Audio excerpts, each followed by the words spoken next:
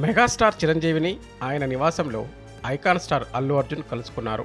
స్వయంగా car drive చేస్తూ కుటుంబ సమేతంగా చిరంజీవి ఇంటికి వెళ్లారు అల్లు అర్జున్. సంధ్యా థియేటర్ ఘటనలో 3 రోజుల క్రితం అరెస్ట్ అయిన బన్నీ శనివారం ఉదయం చెంచల్గూడ జైలు నుంచి విడుదలయ్యారు. రోజంతా టాలీవుడ్ ప్రముఖులు, రాజకీయ నేతల పరామర్శలతో బిజీగా ఉన్నారు. నిన్ననే మేనత్త సురేఖ వచ్చి అల్లు అర్జున్తో మాట్లాడారు, ధైర్యం చెప్పారు. ఇక ఇవాళ బన్నీయే మెగాస్టార్ ఇంటికి వెళ్లి మామయ్యని కలిసి తాజా పరిణామాలన్నిటిపైన మాట్లాడారు. బన్నీ అరెస్ట్ అయినప్పటి నుంచి మెగా ఫ్యామిలీ నుంచి సపోర్ట్ లభించింది.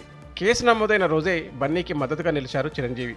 అల్లు అరవింద్ సహా కుటుంబ సభ్యులతో మాట్లాడుతూ ఎప్పటికప్పుడు ఏం జరుగుతుందో తెలుసుకున్నారు.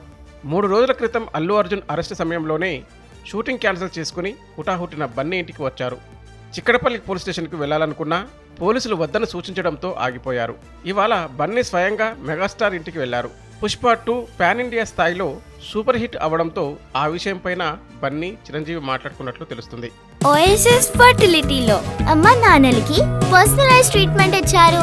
In the good hands of science. Mummy daddy అవ్వాలంటే ఓఎస్ఎస్ కి కాల్ చేయండి.